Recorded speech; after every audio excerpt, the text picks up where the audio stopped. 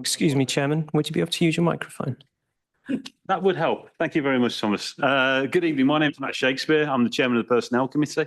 Tonight I'm joined by the following members of the committee: Councillor Clive Hooker, Councillor Jeff Brooks, Councillor Adrian Abbs, Councillor Anthony Amatrage. I'm also joined by Councillor Tom McCann, who's visiting the committee tonight. Very welcome, Tom. I'm joined also by Rebecca Hopkins, who's our talent attraction business partner, by Karen Turner, our HR business partner manager. Thomas Radbourne is our Zoom host, and we are assisted, as always, by Sam Chiverton, our clerk. Item 1 on the agenda. Sam, do we have any apologies? None received, Chair, but I believe Laura Coyle is joining online. That's right. And Councillor Loco running late. Problems with traffic. Get here as soon as you can. Yeah. Thanks very much, Councillor Brooks. Item 2, the minutes. We have 2 sets of minutes to review tonight. So the first is from the 14th of January. And does anybody have any amendments or changes to the minutes? No? Okay. Can we have a proposer of the minutes? Councillor Amatrage. Can we have a seconder of the minutes, please? Councillor Brooks. Can we have a vote in favour of accepting these minutes? 4? Against? No, not against. Just clarification, if that's okay. I wasn't at any of the previous meetings, so I was going to abstain. But does my abstention mean that we're not quorate for the minutes to pass? No, you're still quorate. You can abstain. That's fine. I shall abstain then. Fine, Councillor. Thank you. The second set of meeting minutes were from the short meeting we had on Thursday, the 15th of May, when we re-established this committee. Has anybody got any amendments to these minutes? No? Okay, that's great. Can I have a proposer for the minutes? Councillor Abbs proposing. Can I have a seconder? Councillor Brooks. Can I have a show of hands, please, to accept these minutes? Thank you very much. Councillor Brooks. Can you just assure us the actions have been done that were in the minutes, please? Review the actions. Thank you very much, Councillor Brooks. Should we review the actions from the minutes on Tuesday the 14th?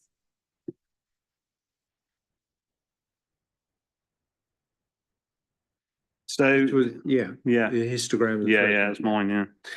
So the action from the 14th was for the team to create a histogram that showed the number of staff at each grade. Karen, do you know if...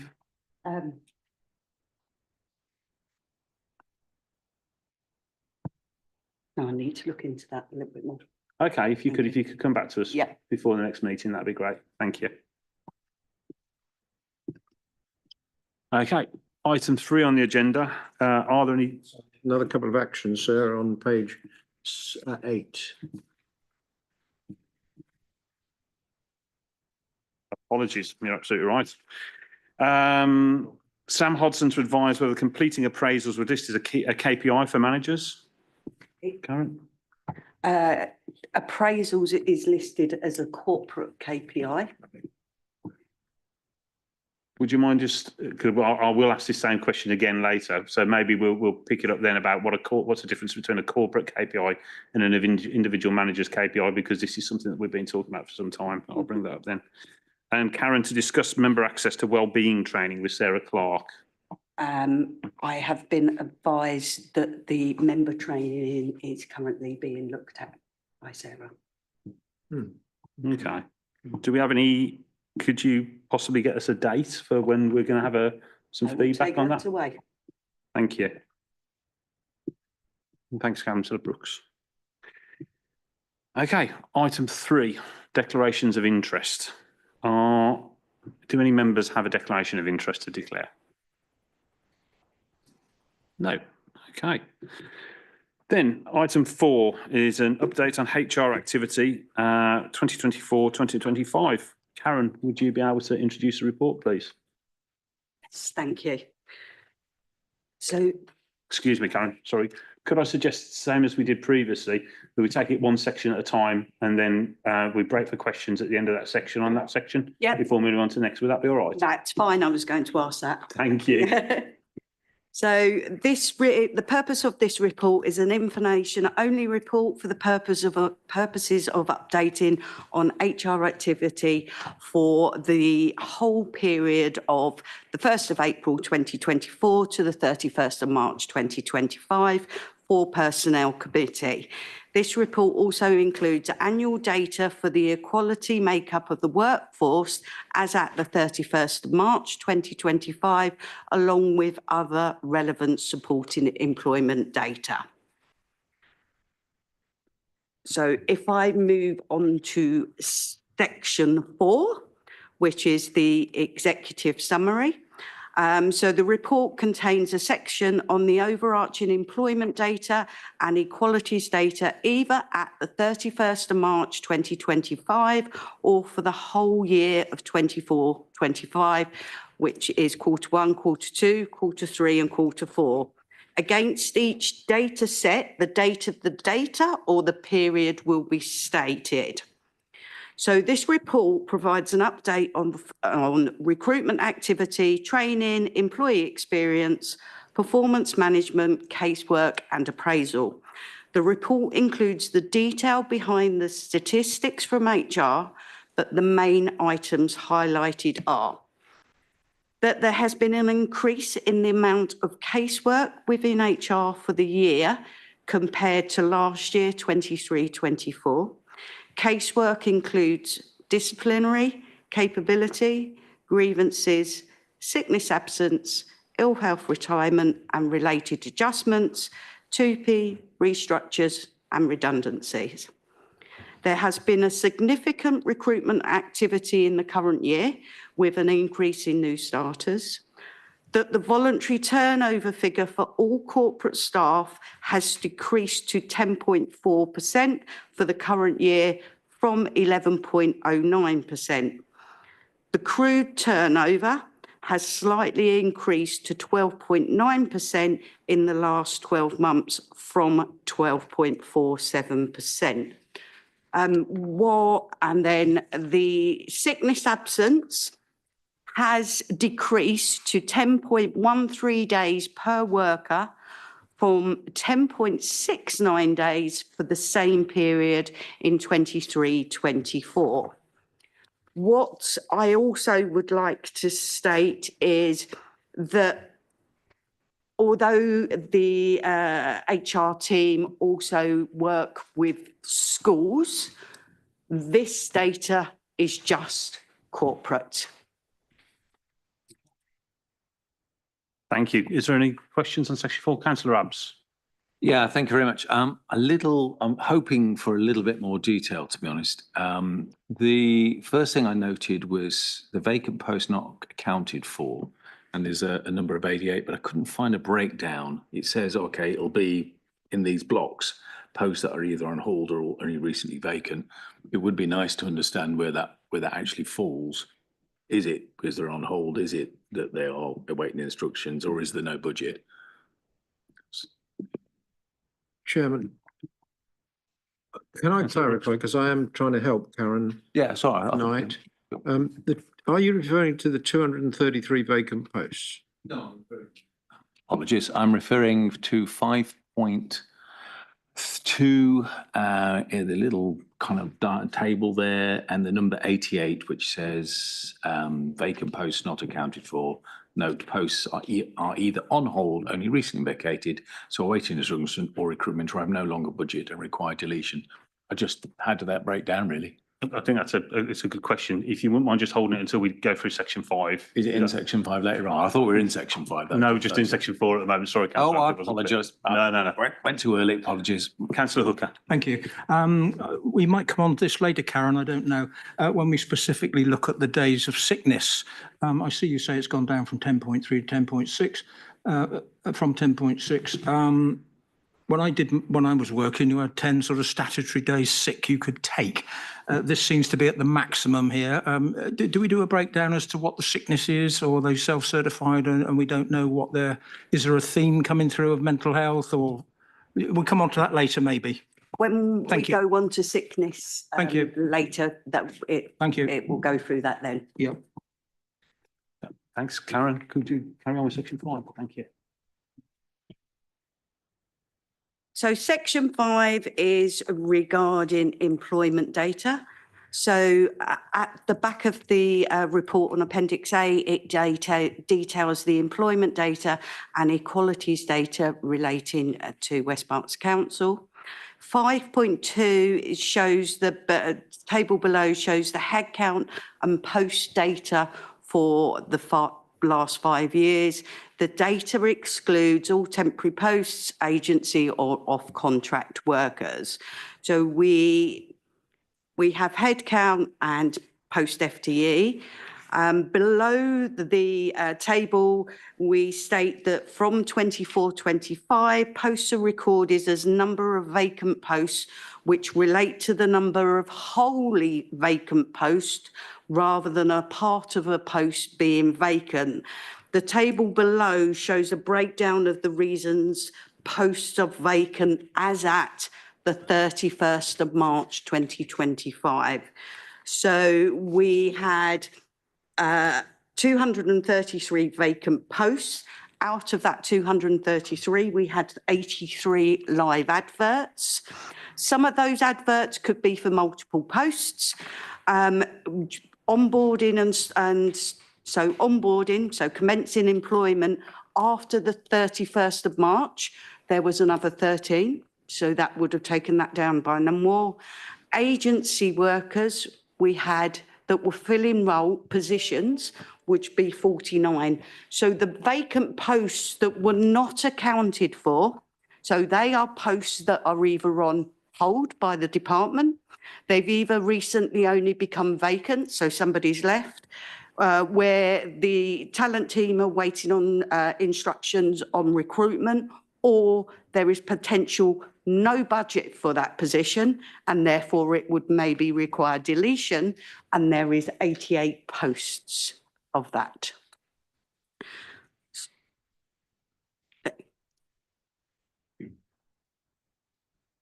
Councillor Upton, as you've already asked that question. It's the same question. No, it's fine, yeah.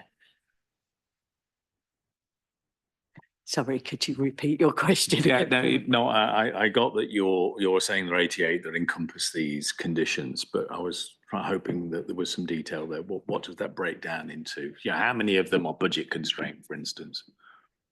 I'm just curious because That's a request that we take an action. it is a request. It's a moving feast, if you think about it. That every day people are unfortunately resigning. So are you advertising for them? Number of people on hold, those posts come off hold. So it's a moving picture, but we'll get it broken down, I think, and bring it to the next meeting. Yeah, but just trying to analyse trends as always, Jeff, nothing more. So. Welcome, Councillor Loco. Well done for battling through the traffic. It's completely understood there's huge disruption around the area. Councillor Hooker. Just for my edification, I'm sure it's a reasonable reason. Agency workers excluding care homes, are they not on our books?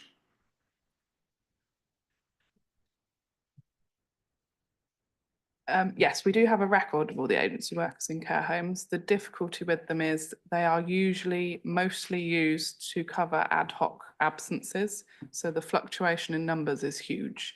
So to kind of add them into that number would be quite misleading.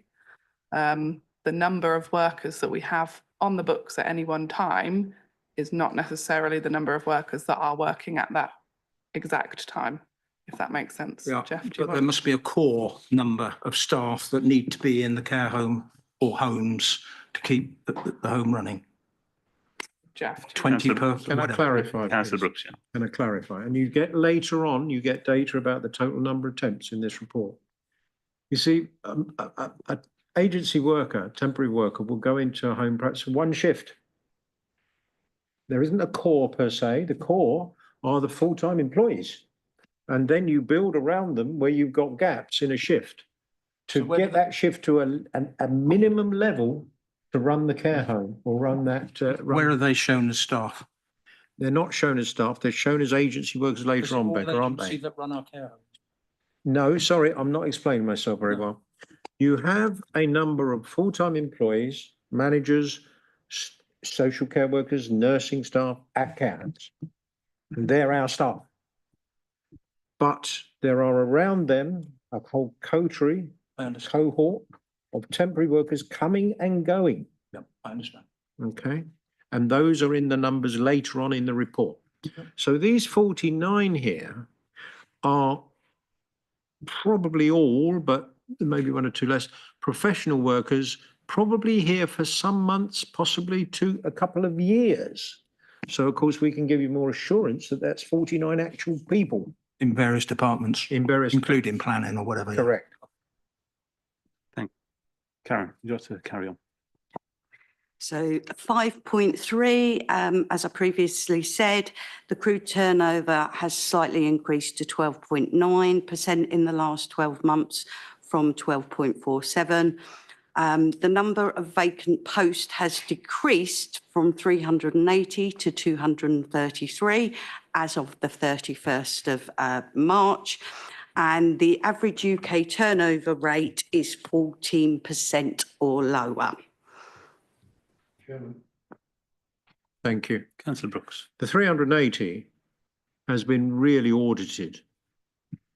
And we knew at 380, 2-3 meetings ago, that it was overcooked because many of those posts we were not going to actively recruit to.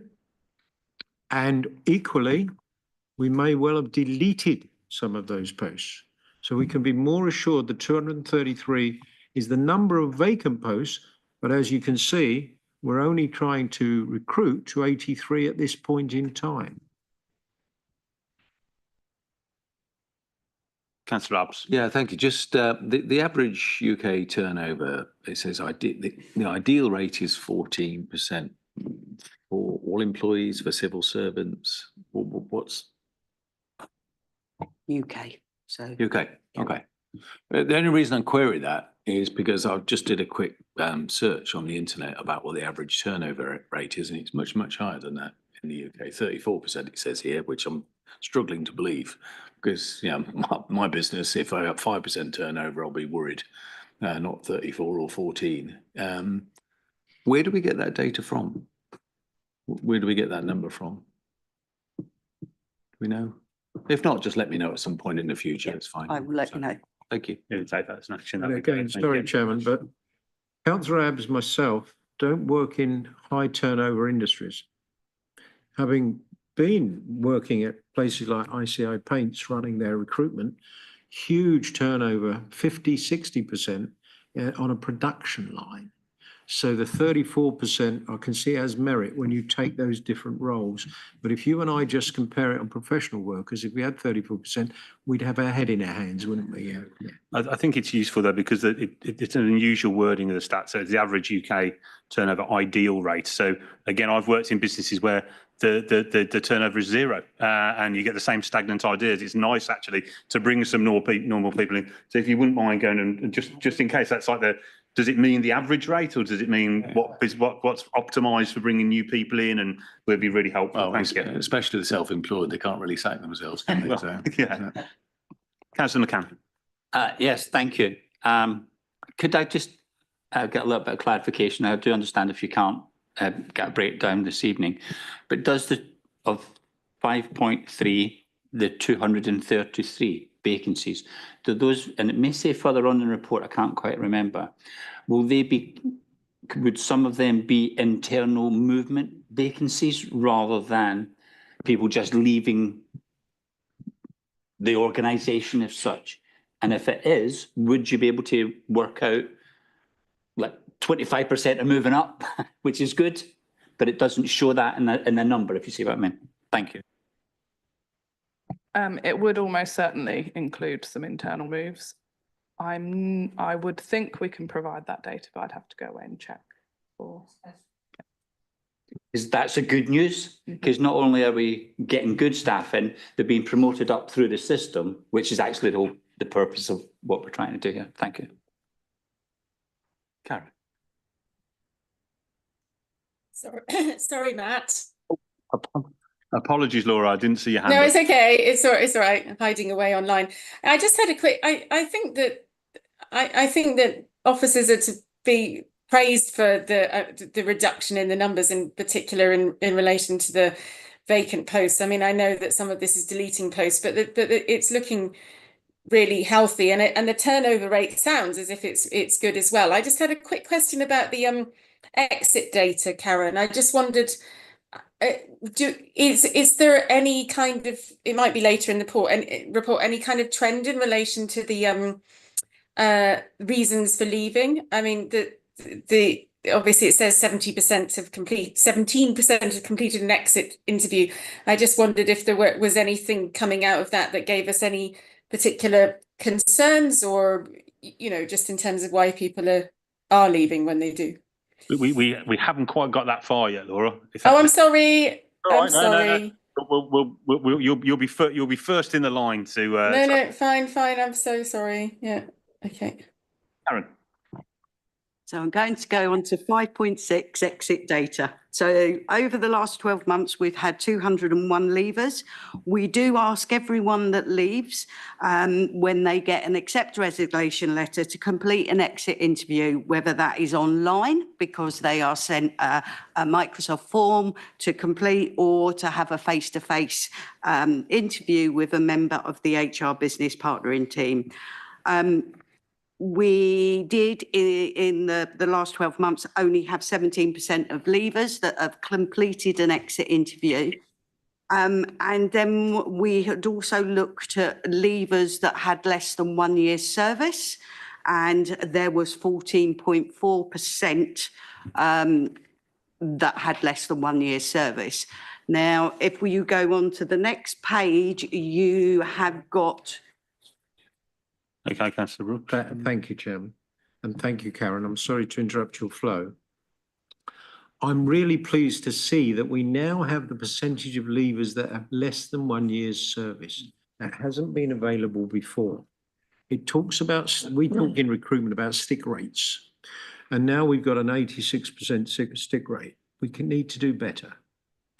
You're going to put a lot of induction and training into those people, and then they leave within a year.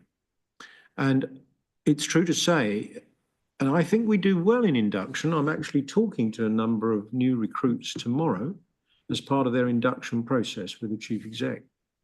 But the first day somebody joins is the one they make their impression on. Do we have their desk? Do we have their email? Do we have their laptop? Do we have everything that orientates them and says that was a good experience? And I think we need to look at that to assure ourselves that we do it right across the board.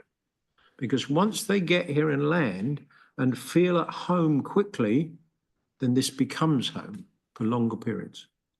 Of course, some don't get through probation, but can I ask you a question though, Karen? I have been pressing that HR are in the exit interview process, and this suggests they are, because it specifically says we ask everyone that leaves to complete an exit interview, either online or face-to-face, with a member of the HR business partnering team. Can you explain that, please, a little bit further? So when a leaver form is completed by a line manager, it's sent through to HR services. HR services will do an accept resignation letter. In that letter is a link to an exit interview form, but it also says to them if they would prefer to have a face-to-face exit interview, then to contact the HRBP team. So sometimes we will have people that will contact my team to complete exit interviews. So, Chairman, I've been, I say pressing, I've been advising, and I'd like to get to a point where, as a matter of routine, HR contact the individual and ask them if they would undertake a face-to-face or remote exit interview with HR. Now, the capacity isn't there at the moment, but I'm going to keep pressing this because 17% of leavers have completed an exit interview is low. And if it is, you've got to encourage them to do it, and you've got to encourage them that it isn't with their line manager, who might be the reason why they've decided to seek employment elsewhere.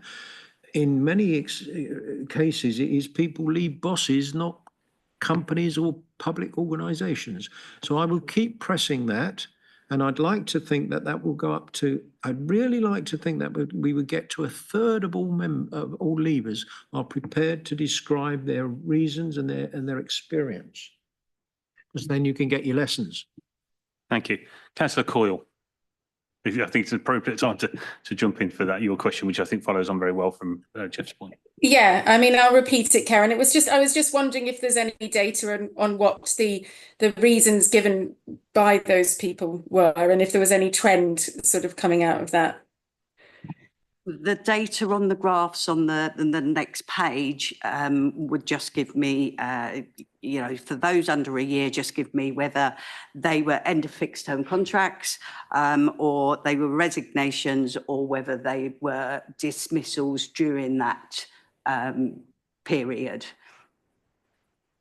I think the question, sorry, I probably wasn't very clear. I think the question I'm asking is on when people did complete the exit interview, then often that would explore issues such as the ones that Jeff was Councillor Brooks was mentioning about, maybe somebody might say, I decided to move on because of my line manager or whatever. It's those kind of issues is I'm talking about, rather than just the broad headline, resignation thing.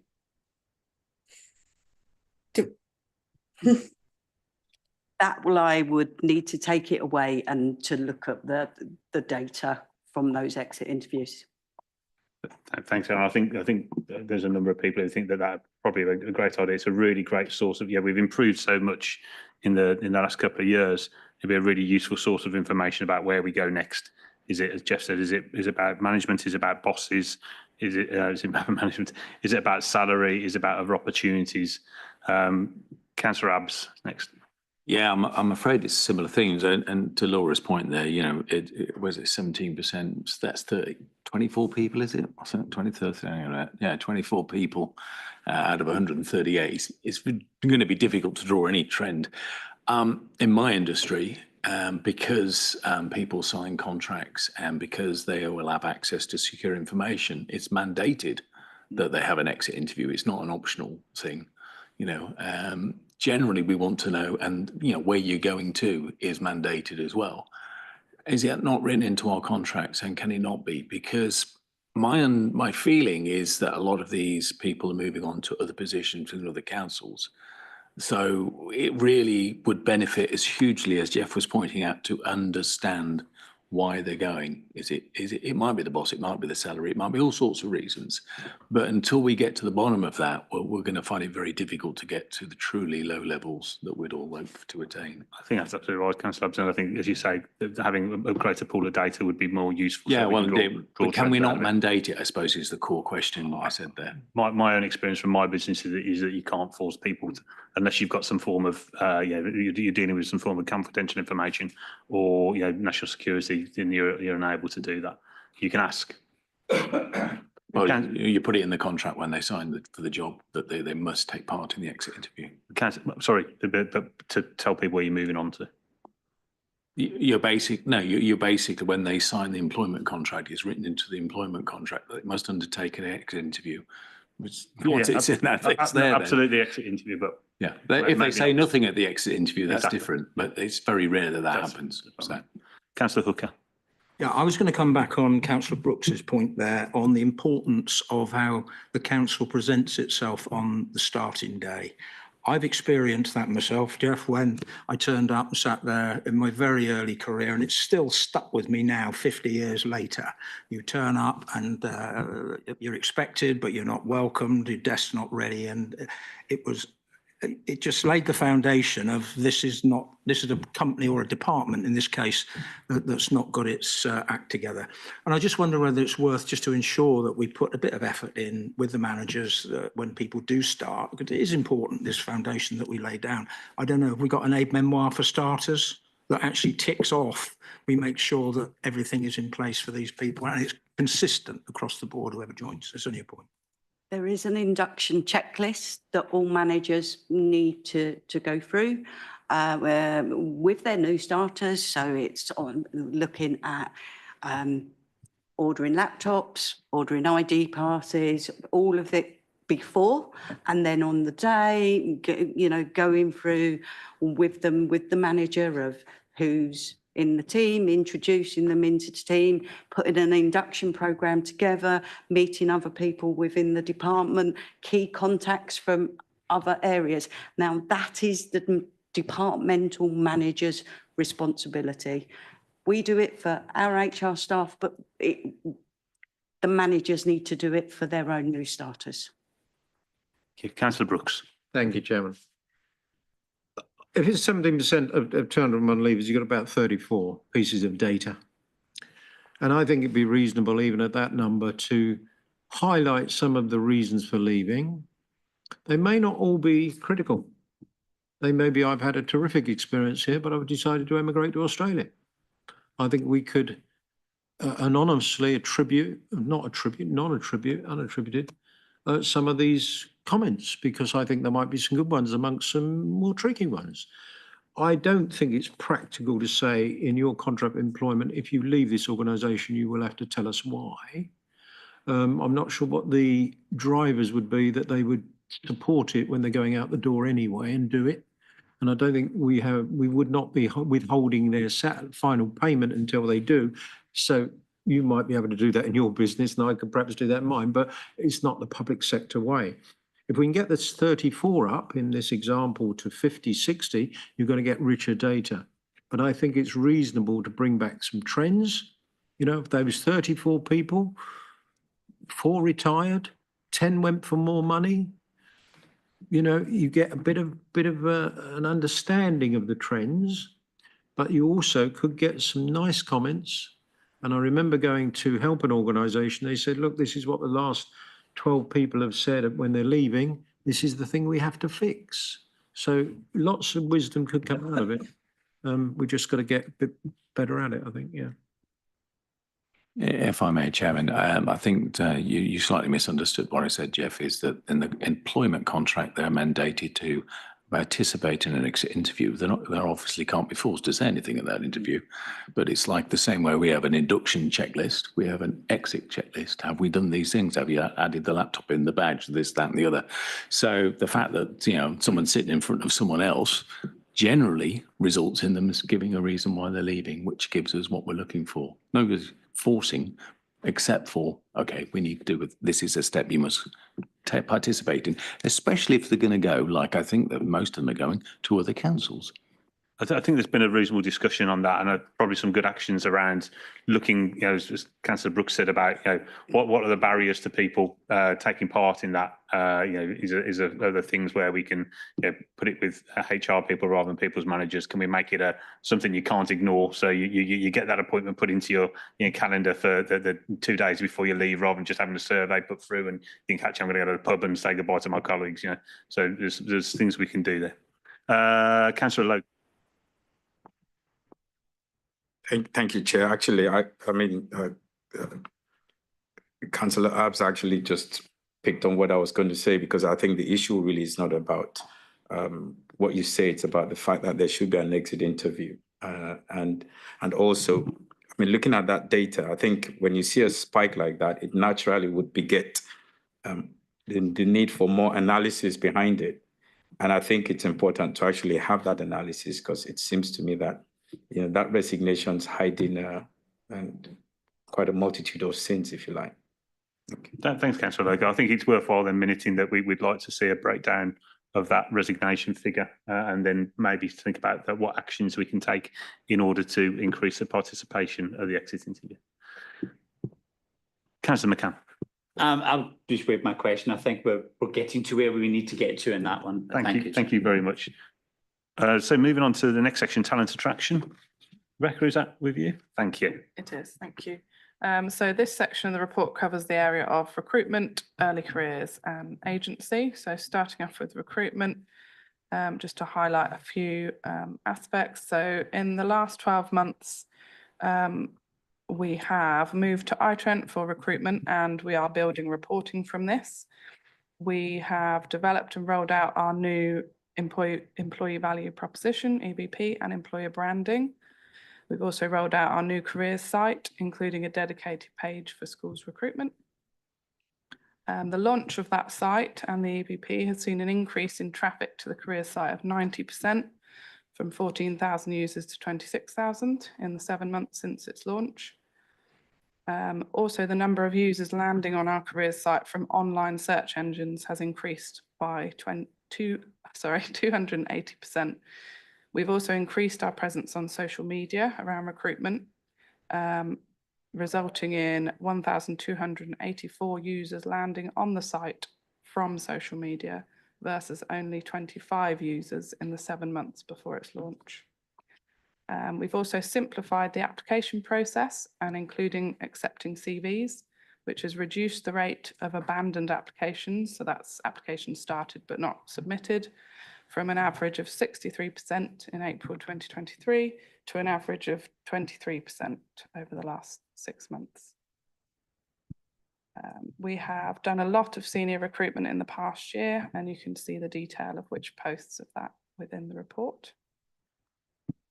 Thank you. Could I just, I might be jumping into what Councillor Brooks is going to say. That's a really fantastic set of results there, and it's something that we've seen again and again over the last few reports. I think there's some, and it masks, like, I'm sure, a gigantic amount of hard work, but the ideas behind it are relatively simple. They're great concepts, and it just shows what they've, by implementing those sort of concepts, by making it easier for people, to being able to send your CV in. It's fantastic. It's really great that we're not reinventing the wheel. We're doing really good sort of practical things and getting great results out of them. Councillor Brooks. It's transformative. It is transformative. And because you're getting more applicants, you've probably got a much better choice and quality of applicant. So this is a major step forward. Equally, the transfer of, and it will come onto this a bit later, of, maybe it's in here, the transfer of temporary workers to our payroll. It might be later. The referral scheme that you see around here, that if you know somebody and you encourage them to apply. The one that I'd like to move on to now, because this really is my professional background, is alumni.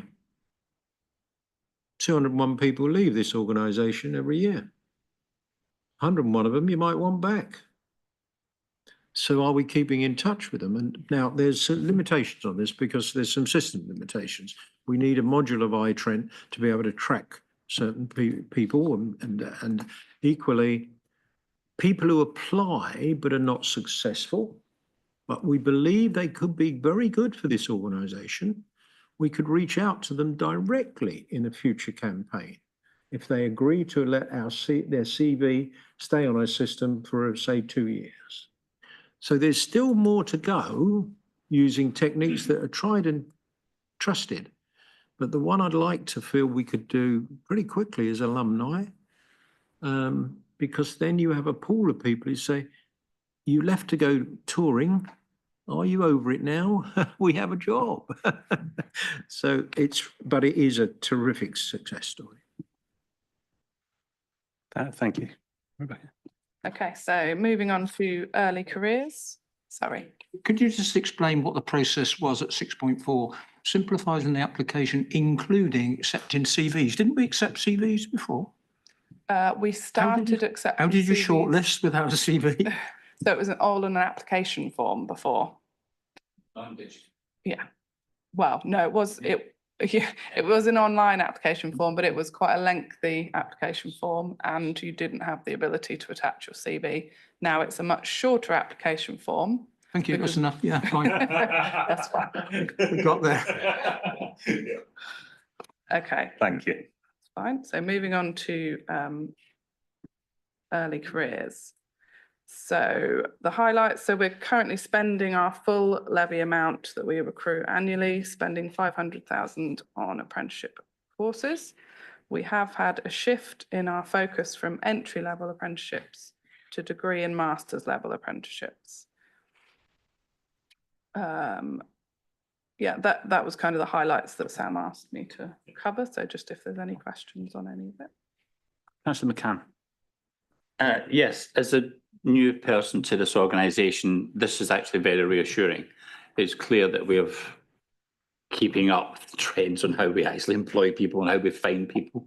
And Jeff's point earlier on was, if you go to the table before this one started, table on top of page 18, 5.6, I think it is, it shows you the amount of people that resigned on year one is like 22, so we're at 10% loss rate, which to me reflects a 90% keep rate, if you see that, which is good. That means we're selecting the right sort of people, the right sort of positions. So that's very pleasing from for a new person's perspective. But back to the report, part of the report we're talking about, I'm very impressed with the amount of apprenticeships that we're doing here. That will come with challenges, because once you get your apprenticeship, you start flapping your wings and off you go to somewhere else. So we need to have a strategy about how do we keep those people who we have invested so much time and effort in. And it's not always about money. It can sometimes be about career paths and internal mechanisms and systems. So it's just a point to bring up that we really need to start thinking about how do we lock in these people for their careers? Because if they're in local government in their early careers, there's a real good chance they'll be in local government at the end of their careers, which is fantastic for the people we serve. Just expanding on Councillor McCann's question, is the employee value proposition, does that touch on retention, or is that more about recruitment? It's my only ignorance, sorry. I believe it is more about recruitment, but I can double check. Sorry, we'd like to carry on. Thanks. Okay, and then on to the final section of this part is agency. So the management and the commensurate agency contract moved to HR in April 2024.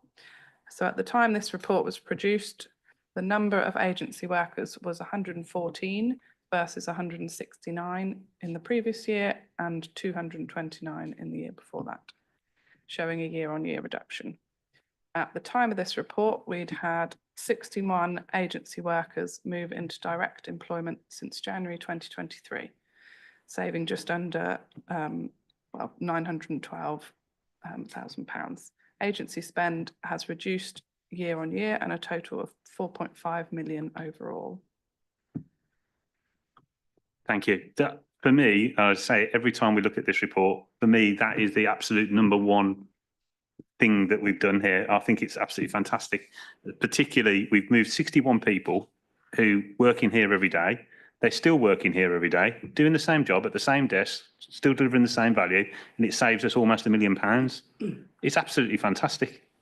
And, you know, I'm very much looking forward, I don't want to push your boat out, but I'm very much looking forward to the next meeting like this, where we cross the £1 million barrier. You know, it's really something we should all be very proud. We should be proud of you for doing, you know.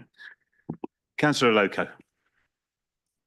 Thank you, Chair. A couple of comments. First one is on the celebrated 6.2, which tells us what improvements have taken place systems-wise. From a personal committee perspective, and again, I don't know what with the terms of reference, I think sometimes it will be good to just see what that system actually was before and what it is now. So even at this level, we can have a sense of what the improvement is, because again, it helps to enrich our discussions, I think. And the second thing, again, is I think last meeting that we had, I raised the comment around demographics data, and I believe it is available from what they said last time. And I just wondered if they have that and when it would be made available. Chairman, I think the demographic data is later in the report. If you don't mind my picking this up, because it's something else I'm proud of. I know Rebecca is, but I'm going to steal her thunder. 2 years ago, there were about 270 to 300 agency workers. We had several years ago commissioned and managed service providers. So that's an organisation who manages your supply chain, manages all the agencies you get your temporary workers from. That means that you've got consistent terms and conditions. You have assuredness around their right to work. Yeah, you knew that they were compliant, but over 100 were not through that managed service provider. So you didn't know if the margin was commensurate and comparable and appropriate. And you had a buying community who could go straight to you as a recruiter, buy somebody from you, and pay a lot more margin than if you went through our managed service provider. In recruitment terms, and I won't say it was the case here, we sometimes call it the Wild West. But now there is no more than a handful who don't go through a managed service provider. And by that measure alone, we got control. A lot of work went into that as well. Thank you very much. I don't know if that helps, Councillor Loco, but that's the sort of systems management, purchasing management we introduced proper. Councillor Loco, if as we go through the report, if the demographics part isn't covered, would you be able to just remind me at the end that we need to go back and make sure that we action that for next time? Would that be all right? Thank you. So next is casework, is that Darren? Councillor No problem. It's probably me. 6.16 and 6.17, and rest assured, I'm in no doubt that we're on the right path with recruitment and doing what we're doing. So I'm in no doubt on that. However, I'm struggling with the numbers a little bit because we talk about fiscal years, which are not January to December in terms of how the council works, and then we have a January number. So how many of the 61 agency workers that were directly employed since January 23 fall in the 24-25 year, and how many in the 23-20? In other words, if I were crude and just added 114 and 61, I'd end up with 170. So I'm 6 people more. I'm just trying to get to the bottom of that number so I can know that I know it's the right trend. I'm just not seeing it in the numbers clearly. We can certainly find that out. Yeah, that's just information. That's all it is. Equally, please find it out, Rebecca. But, you know, the 61 agency workers moving to direct employment since January 23. So you're talking 2.5 years. And in that 2.5 years, it wasn't 114. It was nearer 229 at its peak. So, you know, we're not 6.16 is not compared as well as it might be in 6.17. But I'll pick up your other point, if I may. You said we're moving in the right direction. There comes an optimum point. There comes a point where actually you want to be able to scale your workforce and have some temporary workers there. So I'm not giving any assurance that this will go down much below, you know, the sort of figures you're seeing now. We'll still bear down on it, but there will be good reasons why temporary and contract freelance people come into our organisation, because it helps us scale the workloads. Totally agree with you, Jeff. But again, it's just aligning the data to the dates that we have. I think we've taken the action to. Thank you. And if you're super keen to get it earlier, then I'm not super keen. I'd just say that the similar stats are reported in this report every 6 months. So if you were to go back into the minutes, the personnel committee minutes, and look back a couple of reports, you'd probably see it grow from there. But the action's been taken by the team. I'd have to be really keen, wouldn't I? Yeah, you seem very keen, Councillor Adams. Karen, you could. So we're going to move on to section 7, which is performance management and casework. So as I said earlier, the council's HR business partnering team supports both corporate managers and around 60% of West Berkshire schools in managing people issues to conclusion. This report is only on corporate. It does not cover schools.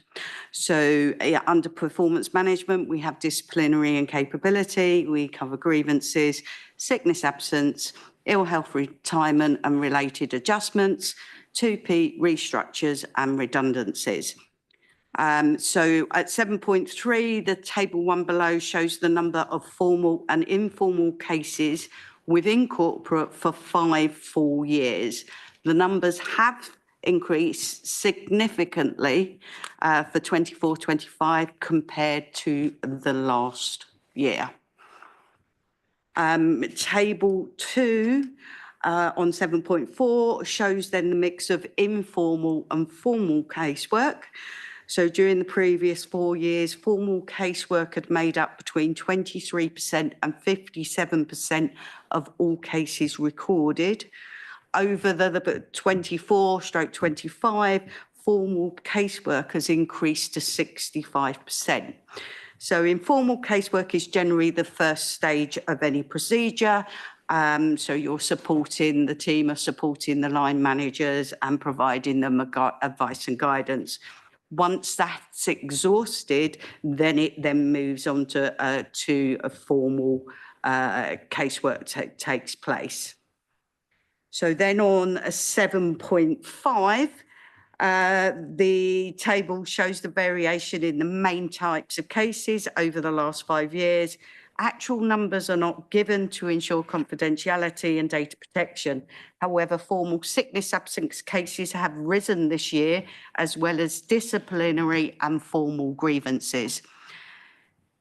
It might appear that it indicates an issue. It's likely that any rise is due to cases being managed more effectively with the launch of the new performance management framework in the summer of 2024, and more guidance and education has been made available for managers to manage performance. Thanks, Karen. Yeah. Councillor Abbs. Yeah, just on the very last thing that you said there, talking about sickness absence, I assume you're talking about table 3 at 7.6 here, yeah. And you mentioned at the start of 2024, was it? And I can see that it's starting to kick up, but it's been kicking up since 2021, 22. So I'm just, you know, is it really all about the system and we're now picking up more or managing better, or there seems to be something else going on there looking at that curve, not just a new system? The HRBP team have regular meetings with the managers of the department, and during those meetings they will speak to them about sickness absence. So we've now got iTrent, so we can now get reports on sickness absence. They're being proactive with the managers. So where these cases are showing that sickness, these are formal cases.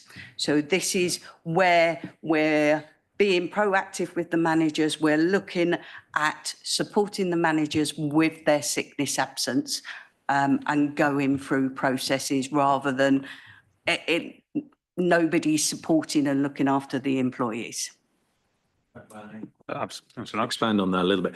I think what would be really helpful to me, maybe to others as well, is if I look back at 2021, you have the days lost per person as 7.15, a little bit above the Sorry, Councillor, we were going to come on to that in a minute. Oh, I thought we were there already. No, we're just talking about the disciplinary procedures. Okay, well, it's the same kind of, I was using that to kind of mention above. What would be really useful is to look at how this breaks down nationally versus locally, because this is what we're seeing. But if the whole of the UK is doing exactly the same, then we've probably got less to worry about than if it's just us. And that's all I would overlay on what I'm looking at here. What's the national breakdown look like, if that data is available, of course? Thank you. It should be. Karen, would you like to move on now to, I think the next section is about sickness and absence. Oh, before we move, Karen. Apologies, Captain. Is there any correlation between the sickness and individual performance issues being taken against the staff, individual staff? It could be, because if managers are now managing the performance of their employees, and therefore we've got nothing at the moment on no. Thank you, Karen. So I'll move on to section 7.7, which is sickness absence. So at the end of Q4 for 24-25, the number of days lost through sickness absence for the whole council is calculated at 10.13 days. This is a decrease from the previous year, which was 10.69 days.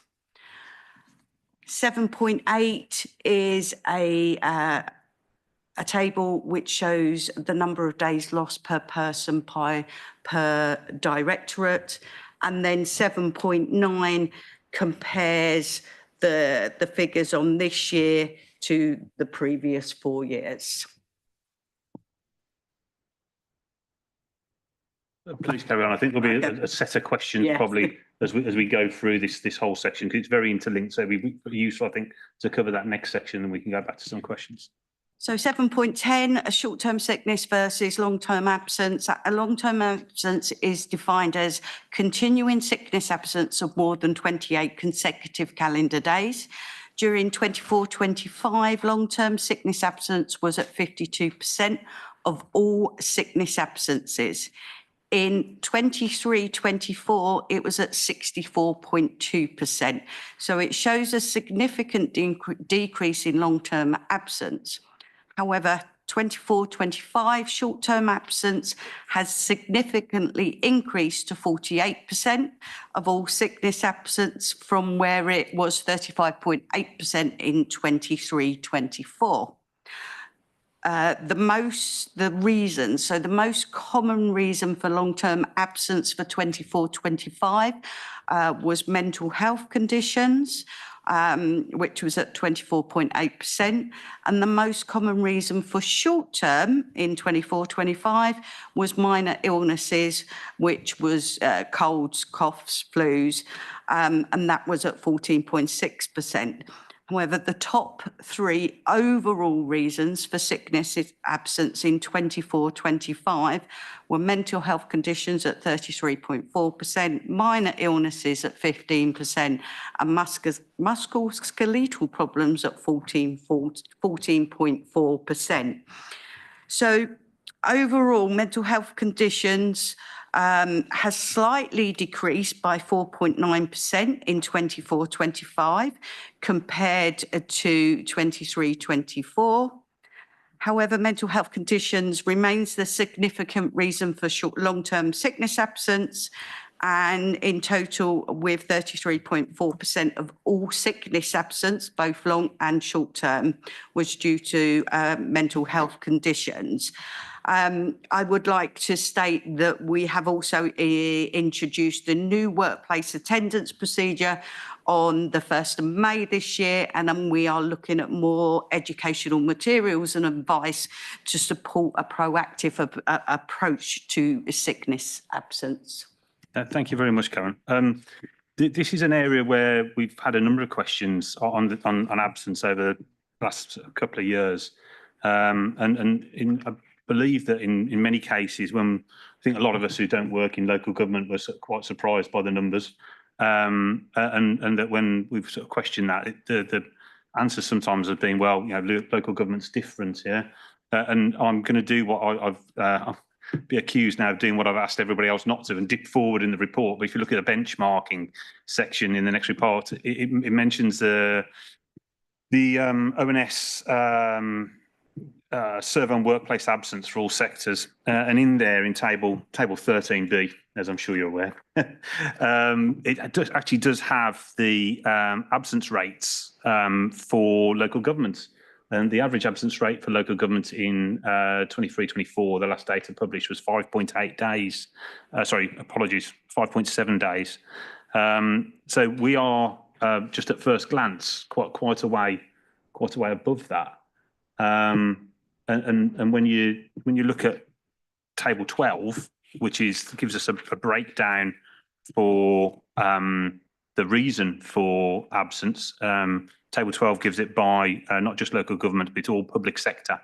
The mental health conditions account for around 16% of absence across the public sector. And we obviously have 33.4. Now, I think maybe I'd imagine the public sector would include the police, would include, you know, firemen, ambulance men, paramedics who see all sorts of terrible things. So I just wondered, I don't expect you to have a bag of answers for this straight away, but I just wondered if you could, again, before the next meeting, come up with you know, some answers on why we might be different. That's away. Oh, Councillor Hooker. Yeah, I was going to come back on the mental health conditions, 33%. Do we know if this is a perception of the staff's overload of work imposed on them? And when they come back to work after being off for quite a considerable period of time with mental health issues, do we ever come back to work interview? to get some feedback as to, you've had mental health, what has brought that on? It might be a domestic thing, it might not be a work thing, but do we got any idea if it's work in post, please? When we get a sick certificate or a fit note from an employee and it says stress or mental health issues, we would refer them straight to occupational health. And then we would get a report from the occupational health and it would be looking at whether we do a stress risk assessment with them, looking at risk assessments for them to come back. We would be trying to arrange to speak to the employee whilst they're off on sick, so we can stay in contact with them. This is the line manager, they're the ones that are leading it, HR are there to support it, but we can look at whether, if they're then ready to come back, has the stress risk assessment been completed, has a wellness action plan been completed, do we need to look at reasonable adjustments to be able to get them back to work? Does that mean that's a phased return? Does that mean we need to look at altered duties that they need to do? That is all part of the process. They would have return to work interviews. That is required. So whether that's short-term or long-term sickness, but when it's long-term sickness and it's due to mental health issues or stress, then there are processes that we need to follow as part of the process. Thank you. I'm sure you agree, though, that, stress and mental health is something that builds up over time. And no matter if it's a 40-gallon drum or a teacup, that last drip is the one that sends you over the top. Is there any, utopia world, any way of picking this up before that last drop goes in, whilst they're being in the office?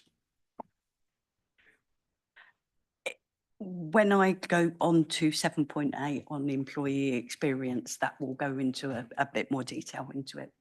Thank you. Councillor Loco. Thank you, Chair.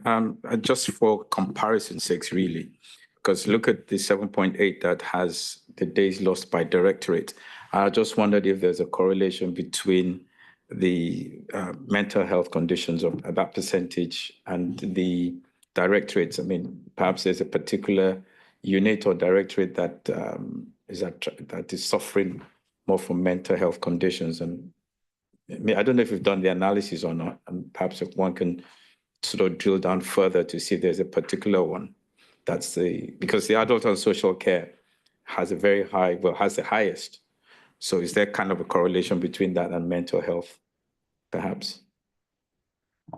I haven't looked into it further. I haven't drilled down into it. I think, yeah, Councillor McCann. Thank you. This is the primary reason why I came along this evening.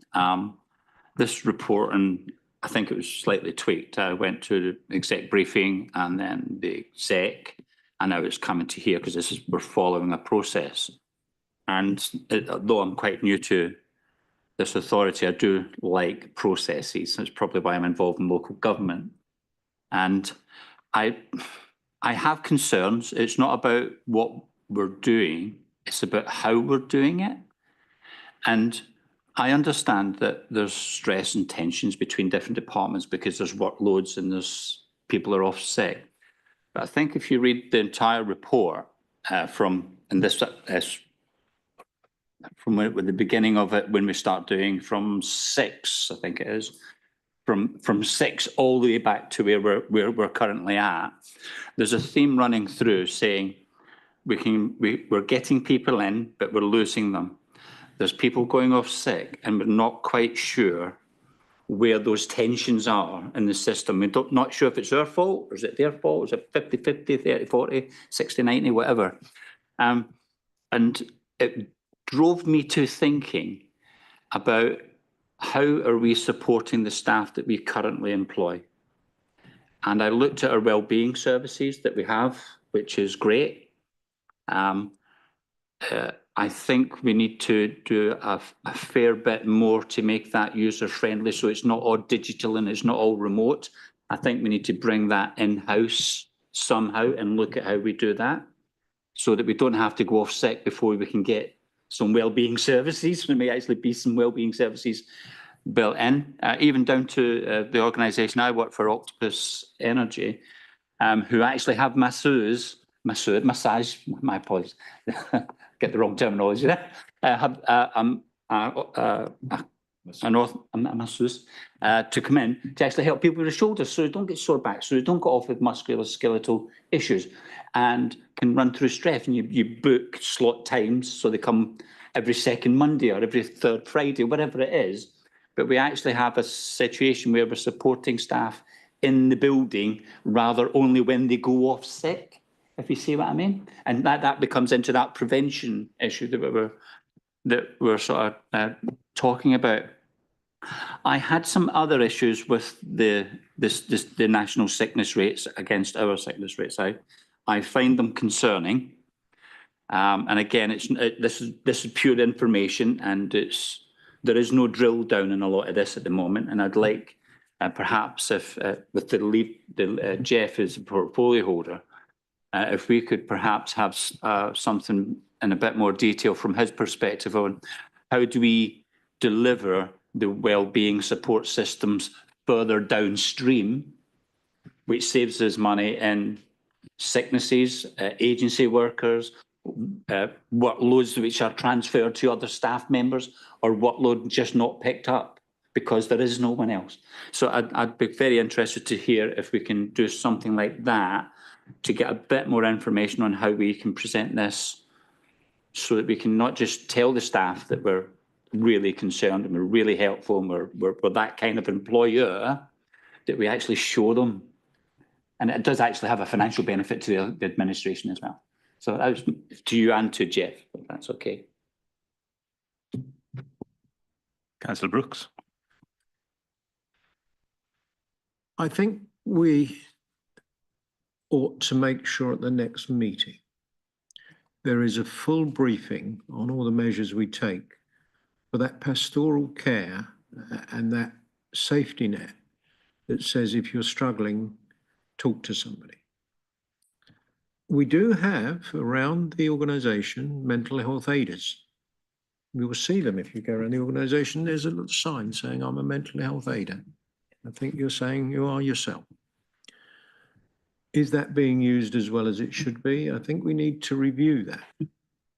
What I will say about I think we need to also drill into this national picture versus our own picture. It looks a bit out of kilter to me that in the national picture it's only 5 days and here we're at 10.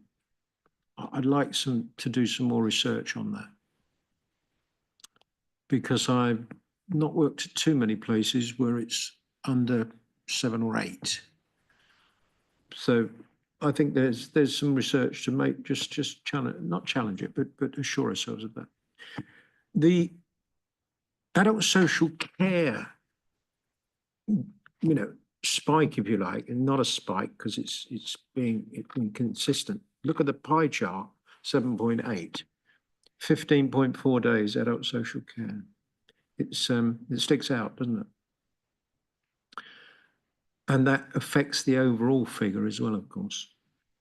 It will have something to do with the case loading that we put on our social workers. And we know both in children and family services, but certainly in adult social care, we've got more than we should have as an average for casework for a social care worker. Hence, members may know, public may not, we brought in AI software, which enables a social care worker to have an interview with a resident who explains and describes the issues. That is transcribed through the AI software into a report in 2 or 3 different ways if you wanted to. And that prevents the social care worker saying, I've now got to spend 2 hours writing that up. We've had comments from social workers that say, if I were to think of leaving, and I'm not, but if I were, I wouldn't go to any organisation that doesn't have this software. Magic Notes. And we've got in early on that. We're not the first, but we're not, we're within the first 10 or 12 users of that. So those productivity aids can help. I think there's more work to be done. I think the health and well-being safety net, if you like, support, it's a very valid point. And let's get a proper briefing at the next meeting with your permission, Chair, from, we'll have the people here to do that properly for you. Just Thank a you. comment, Councillor I think that's absolutely right, because the amount of days of sickness equal cost, and then it equals efficiency. If these people are not attending work, then departments are going to suffer. Absolutely. And could I just, Yeah, thank you. It's you've said the right word there, Clive, actually, cost. And I think there's a simple way of us getting to understand the cost to us, because there's two numbers here, 7.10, 7.11, that shows the number of days lost. And it'll be easy for us, I assume, to therefore add that up into a cost. Then with a cost, you can have a program, and therefore it'll be very easy for the executive to go, right, this new program might cost us X, but it's going to save us Y, and therefore becomes affordable for the council to do, rather than just, we're going to guess. So I'd like to see an actual number first, then some of your things might be able to be afforded. So, Councillor McCann. Yes, I didn't want to get involved in too much stats. That wasn't the purpose. It was more about let's get these wheels turning. But I will bore you with one figure. There's an hourly rate, an average hourly rate of £48 per hour is the council's average wage cost. That's £400 a day for every sick day off. But this isn't about money. This is more about service and the supporting mechanisms. Because Jeff's absolutely right. You look at these, if you were cold and you looked at 7.8, could we be challenged that we're not supporting our staff the way we want to? And that's where I was more likely, I'm wanting to nudge it and direct it towards, rather than just the finances, although they are obviously important. Thank you very much. could I just add a number to that then? That's 3.17 million. I think Well, there's Chairman. Councillor Brooks. You're not going to get no sickness. And you've got to say to yourself, you've got to get some sickness. It's always going to cost you an amount of money that you're paying in sick pay. So it's a bit crude, frankly, to talk like that. But I've said, as portfolio holder, we will look into it further. We will continue to look to reduce it. I think the Resources Directorate 7.5 is closer to where we want to be. And I think we probably should ask Karen, Paul Coe to attend, or Melanie O'Rourke from Adult Social Care, the next Personnel Committee, to give us more background to that particular issue. Could I just, I may have misheard, but could I commend Councillor McCann's employer on introducing the octopus masseuses? It seems a great productivity bonus. It really does work. Honestly, everybody. Karen, would you like to carry on? So I will move on to employee experience, which is on 7.18. So the employee experience function, it sits within the workforce development team, and it continues to play a central role in fostering a positive, inclusive and supportive working environment across the council. It leads on employee engagement, wellbeing, equity, working towards the goal that all staff feel valued, heard and supported. Recent progress includes the successful launch of the Employee Engagement Forum and the recruitment of employee representatives to strengthen two-way communication across the organisation. So mandatory learning on neurodiversity awareness and the Worker Protection Act has been introduced to support a more informed and inclusive workforce. In addition, focus groups have been held to explore the results of the recent employee experience survey, with recommendations which have also been considered by senior leadership team, creating an SLT action plan. The team also continues to manage employee forums, coordinate mental health first aiders, deliver wellbeing and professional development learning sessions, and provide guidance for managers and leaders. So I am aware that we currently have 105 mental health first aiders that have been trained. We, as I said earlier, we look at the wellness action plans. So to help employees and the line managers to identify needs and triggers and agree support. We have the employee assistance program, so that's free counselling, free menopause counselling. We have the occupational health referrals, and we do wellbeing, education and learning programs for all employees. Councillor Amatraj. Thank you, Chairman. Just a quick question, Karen. I won't go into the numbers as the councillors have mentioned. I just wanted to bring a topic I think you might be aware of already working, just for observation and a question on that one.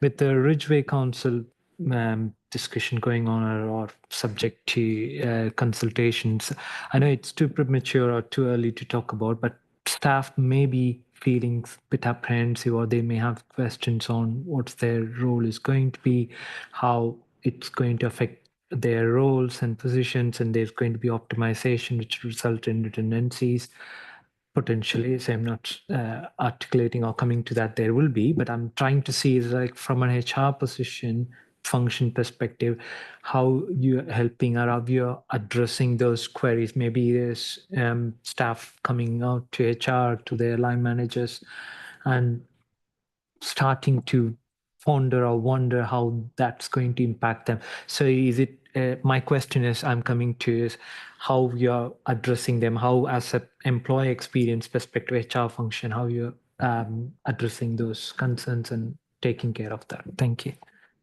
Councillor Brooks. It's the right question, because only last week there was a staff engagement exercise at the Shore House, and this came up to me directly as leader on more than one occasion. One example, there was a public rights of way officer who said, is this a threat? I said, it's an opportunity, but it also will give you resilience, because you might be the only person here, and that's a single point of failure. But we have public rights of way, and it's Vale of Whitehorse and South Oxford, and there'll be people doing the role there.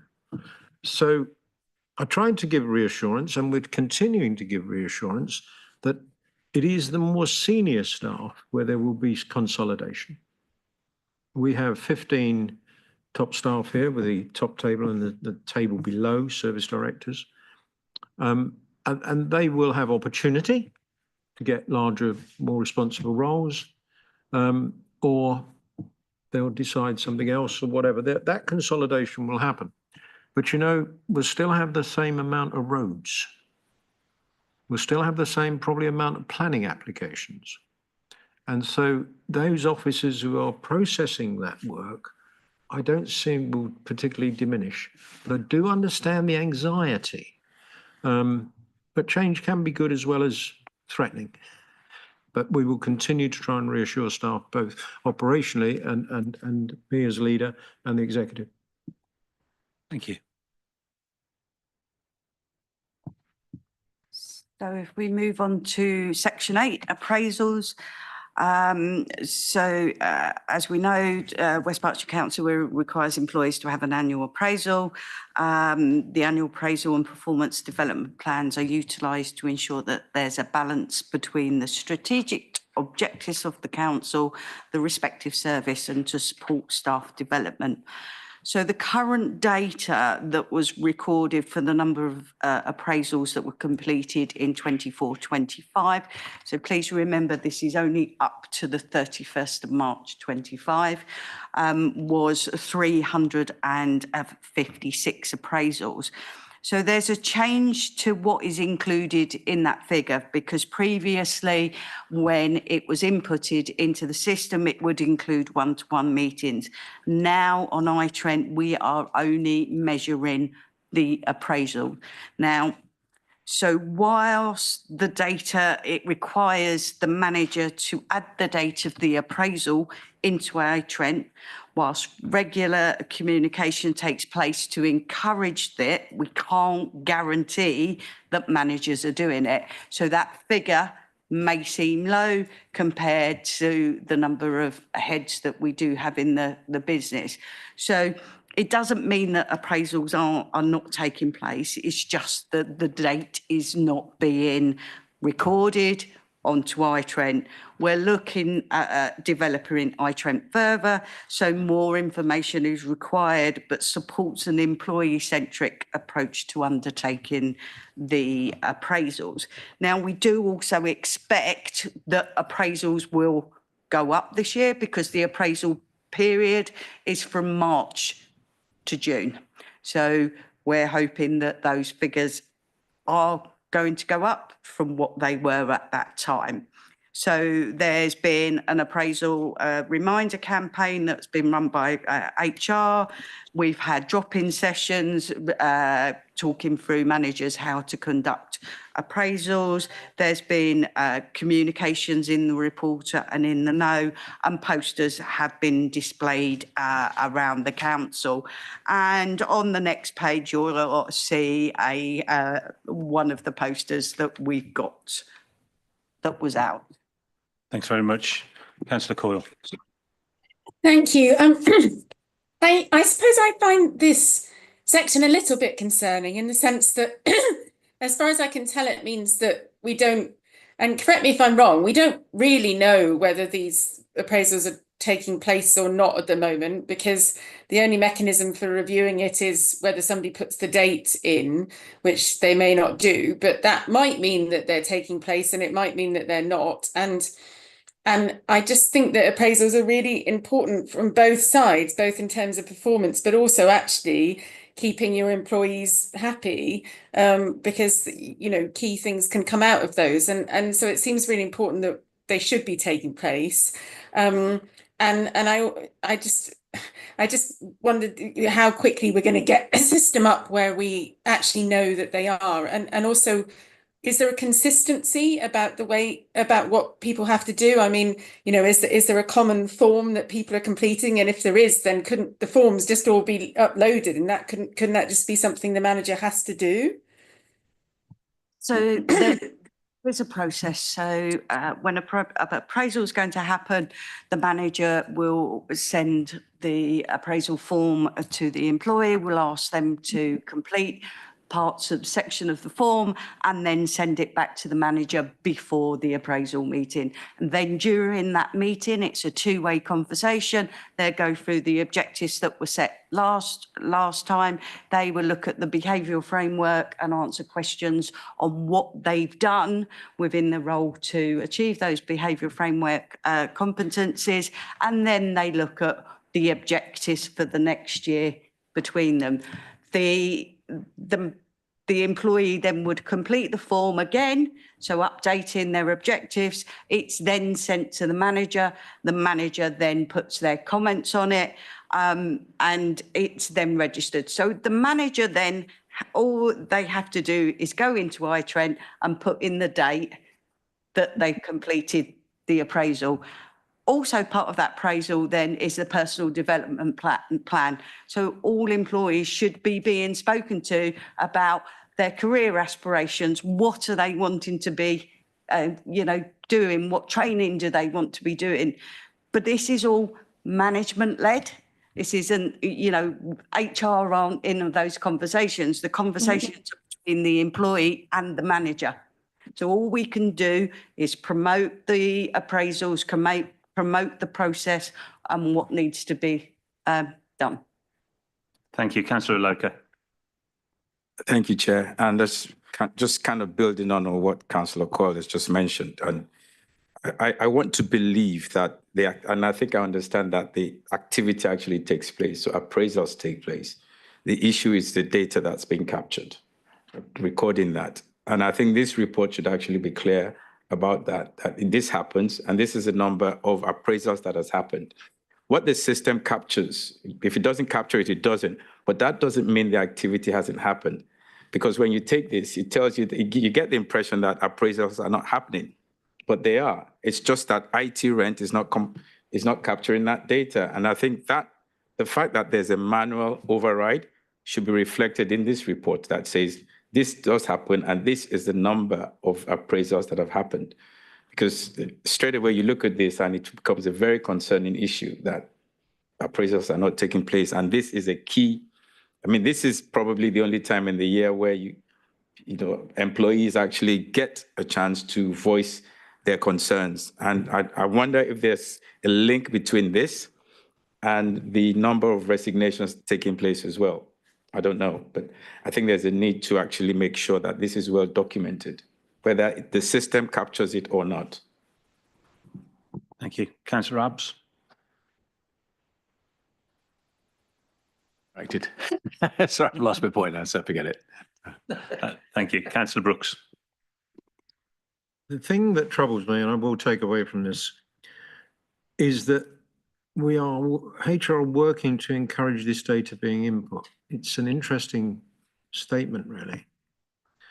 I think we've got to do some work on looking at the managers and their compliance, okay, with this process. I'd also, if a PDP, personal development plan, comes out on an appraisal, where's that recorded? Is that recorded against their personnel record? And therefore that's, if it's written up by the manager, it's got to go somewhere, not just in his inbox or her inbox. So again, I'm going to commit, I think perhaps the meeting after this one and the next one, to have Sarah Clark come along, who's executive director, and just walk us through this and give us some assurance. And I'll do some work in the meantime, because a lot more appraisals are being done, but we need to be sure where they're being recorded. One of the most difficult things I had as a manager of dozens of people at certain times, not only doing the appraisal, and clearly there were people below me, it was writing it up, which can take at least as long as the appraisal.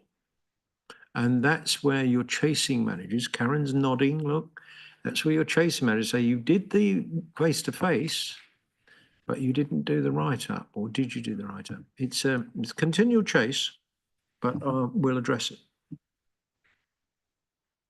Councillor Hooker. Yeah, I think Jeff said everything. The importance of an annual appraisal is a must. It is an opportunity for staff performance as such to be recorded, encouraged, an opportunity to point out a member of staff shortcomings. It also, as Karen said, it gives the opportunity for one to show one's aspirations, that your manager knows, I don't want to just sit here, I want to get on in this business. And God forbid, if there's any sort of performance disciplinary action that happens, one of the questions one might ask is, how have we got to this position when you've had your appraisal? This should have been picked up. And as Jeff was saying, these have got to be recorded, they've got to be written up, and they've got to be retrievable for these situations that they need to be pulled on for information should an occasion arise. And then coming back to this business, I think there ought to be some additional, I wouldn't say pressure, but certainly training, reminder to managers that they do undertake these appraisals and properly record them. Thank you, Councillor. That comes back to my minuted action from the last meeting, which is that we do need 100% compliance on people completing their appraisals to be one of the KPIs. And again, in my current organisation, because I brought it from my last organisation, you couldn't go through your appraisal unless you completed 100% of your appraisals below you, and that cascaded up. So if you wanted to receive a bonus or you wanted to receive a pay review that year, you had to make sure that everybody in the organisation below you had already been appraised. And also come from an audit point of view, I completely agree with all of the members who've spoken about the quality of the appraisal and the value of the appraisal. It may be one thing to say, I went out there and they were just talking about the numbers. So we need to make sure whether you've done it or, well, you must do it, but it's got to be recorded. It hasn't been done unless it's been recorded in iTrend. You may as well not waste the time doing it if you're not going to record it. Sorry, I lost my place. Councillor Abbs, I apologise. Yeah, it's all right. Fortunately, Jeff said quite a lot of what I was going to say anyway, so that's great. Thank you very much for that, Jeff.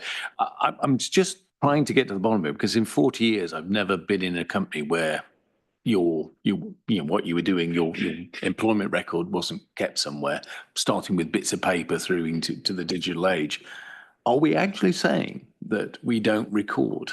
Is there any doubt in people's, is it not a connect? I understand it might not be a connected system at the moment, but are we really saying that we don't record all of this information? So he's left this one. Huh? He left these one. Oh, right.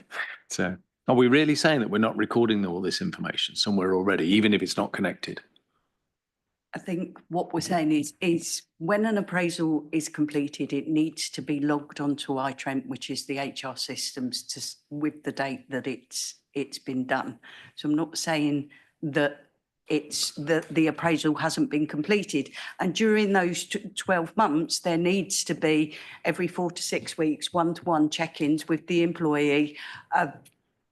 So rather than having a 6 month, so you have your annual appraisal, then before we used to have a 6 month and then the yearly. Now what we've put into the process is every 4 to 6 weeks, there is a check-in with the employee. So it's like a one-to-one, going through their objectives, having a conversation with them, making sure that everything's okay. Are there any issues that we need to discuss, whether they're performance issues or personal issues, if the employee wants to raise them? No, I get the iTrent thing, and I assume that we're getting more and more into that system. But what I'm trying to get to the bottom of is clearly that's not happening because we don't have 100% done.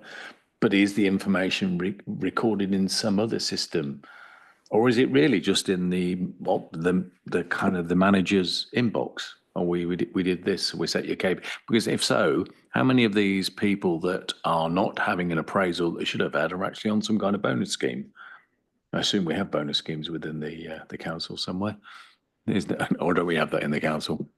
We don't have performance-related pay in any way? It's not necessarily a standard practice. Doesn't. Okay, well, it doesn't change the point of your job says you should do X, Y, and Z. It's natural to have that recorded, because otherwise how can you have disciplinary action? Because, you just can't do anything unless you're recording information. So are we recording it even if it's not in iTrent? Yes. I would need to take that away. Okay, thank you, Karen. I appreciate it.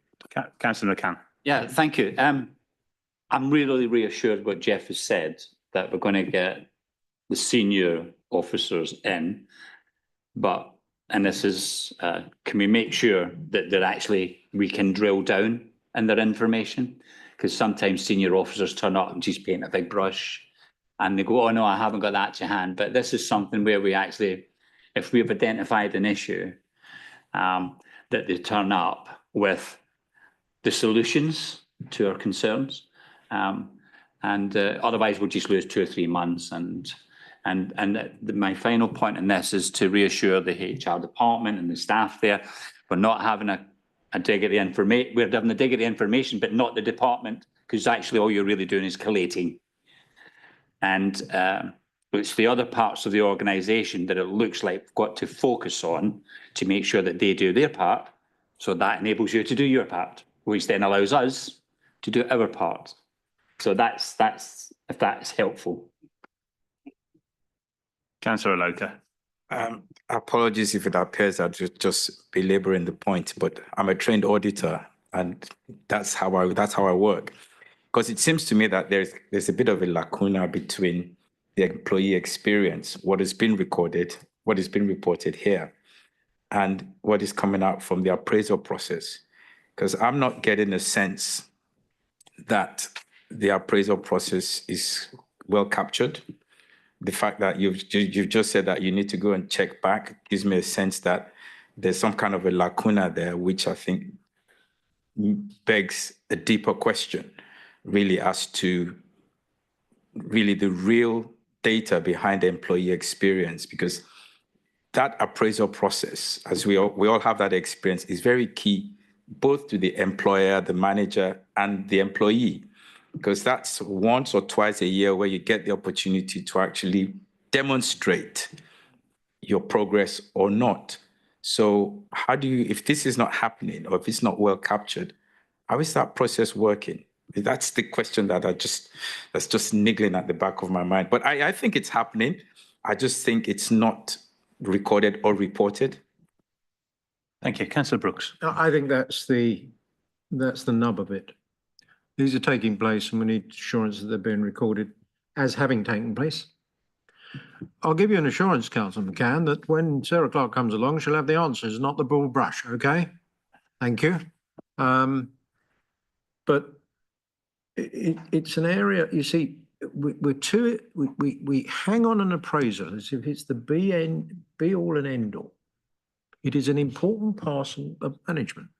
But you know, management is an everyday, if you're a manager, you've got to be looking at your staff and working with them and mentoring them and coaching them all the time. And I've seen organizations where they say, well, I'll pick that up in the appraisal that I do for that person in 2 months' time. No. So I have some real assurance that on a day-to-day basis, managers here are supportive. You're talking about a 1,500 person organization. There will be pockets that are better than others. But overall, I believe we do a good job here, but we'll get more assurance for this committee so that you're more assured. Thank you. Just one for Karen. Karen, you say about iTrent and tick the box, yes, I've had my appraisal with Mr. So-and-so. Is that report that's drafted during the appraisal attached to the iTrent? Where does that sit? Would it not be best if it went onto iTrent, that all the appraisals go on there? Yes, it is, onto an attachment, and then I've got the form picked up from iTrent. I would need to take that away to the systems. Mm-hmm. Thank you very much. Karen, could I ask you to carry on with the training piece, please?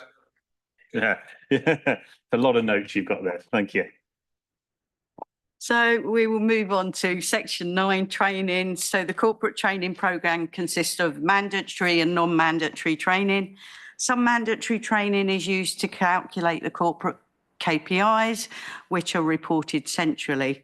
All of our training is delivered using a variety of delivery methods and blended approach of e-learning, virtual, so Zoom or Teams, as well as face-to-face training and drop-in sessions, depending on the subject of the course. Corporate training is commissioned annually and HR work with key stakeholders within the council to design the programme based on the needs of the departments and employees collectively. Whilst HR manage a corporate training budget and programme across West Berks, there are training budgets and arrangements in other services where employees can access training if required. So there's a dedicated resource that supports training for social care teams as their annual mandatory and non-mandatory training needs. The data within this report is data held by HR for corporate training, as HR don't hold data for training managed by services. So we have started the corporate induction face-to-face sessions, and they were reintroduced this year in 2025. So prior to that, induction was and still is managed locally by the managers for new starters. So corporate induction is an addition to the local induction. So the report gives some feedback there. On 9.5, the introduction of the Learning Hub in autumn 2024 for all corporate employees, which hosts all our e-learning, has been very successful, with many courses completed online and on mobile devices for ease. The classroom course bookings for all corporate training are booked via iTrent, and staff can do this in the employee self-service section, where they can search for upcoming courses, find out the course information, duration and venue. This rollout of a new booking system has gone smoothly, and many courses have full attendance with some waiting lists. So on 9.6, from the 12th to the 12th to the 16th of May, which is outside the dates of this report, but it was wanted to be raised, was we had our Learning at Work week, and the theme this year was Get Connected.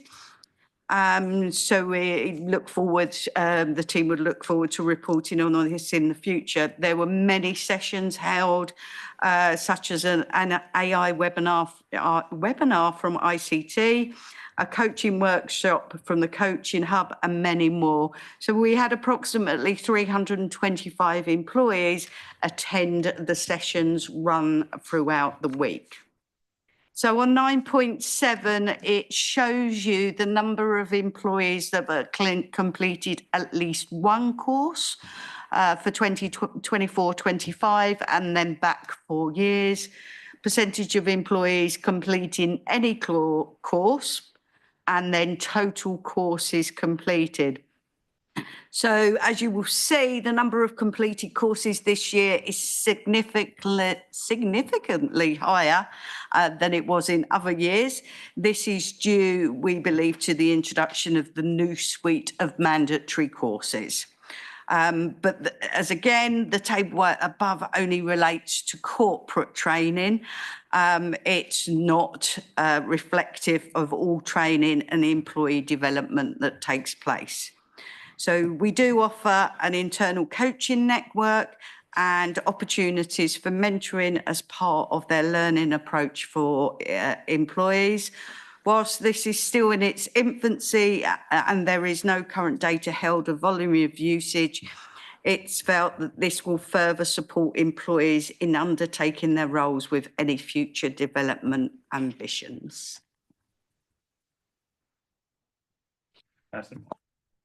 Thank you. Sorry to be a little bit of an anorak, but on your section 5.2, your graph showed there was approximately 1,550 staff currently working. And on this paragraph 9.9 it shows there was 1,466 employees took at least one course, which leaves approximately 80 odd who did nothing. Is there a reason for that, or is that just a statistical anomaly? Please get back to me at some point in the future. It was more of a... Thank you. That's not a problem. You're welcome.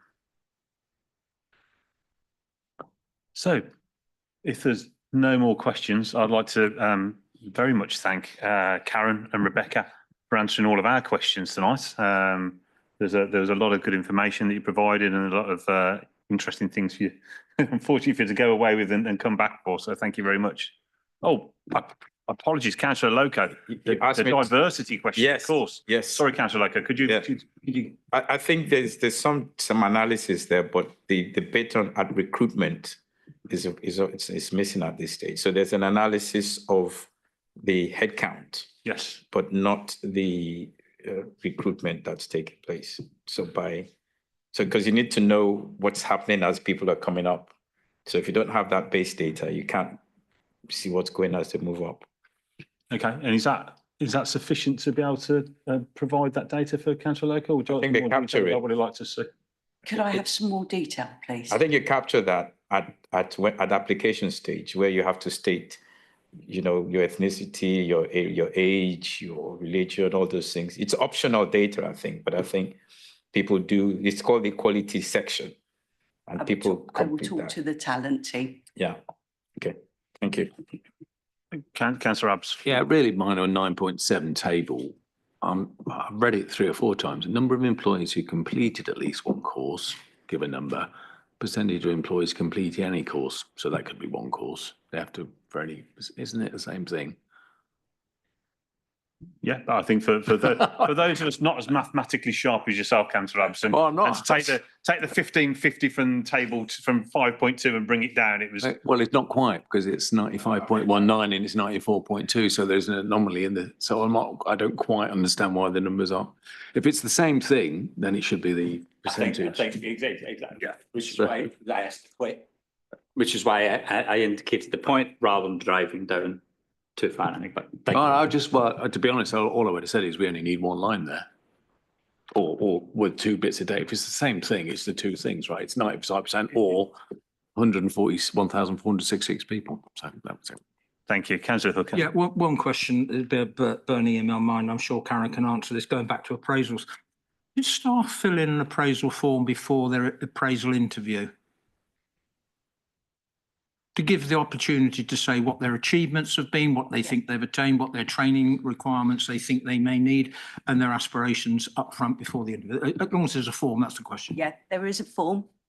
And the employee should complete the form as much as they possibly can, going over their previous objectives, and then they send it to the manager before the appraisal meeting, so the manager can review it before the appraisal, and then their work on what's been written between the two of them, because it's a two-way conversation, and then look at setting the objectives for the coming year. Going back, maybe that could be attached to the manager's report and then put on iTunes, iPlayer, whatever you call it. Thank you much. There being no further questions, I'd like to thank Karen and Rebecca again for answering all of our questions. I'd like to thank Sam for clerking. I'd like to thank Thomas for managing the Zoom link. The final order of business is the date of the next meeting, which remarkably is the 13th of January 2026. The 13th of January 2026. So I'd like to wish you all a very Merry Christmas. And maybe the very first to do that.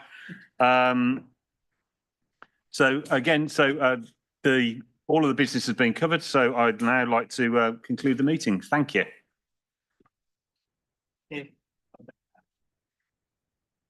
Yeah, well done, Karen.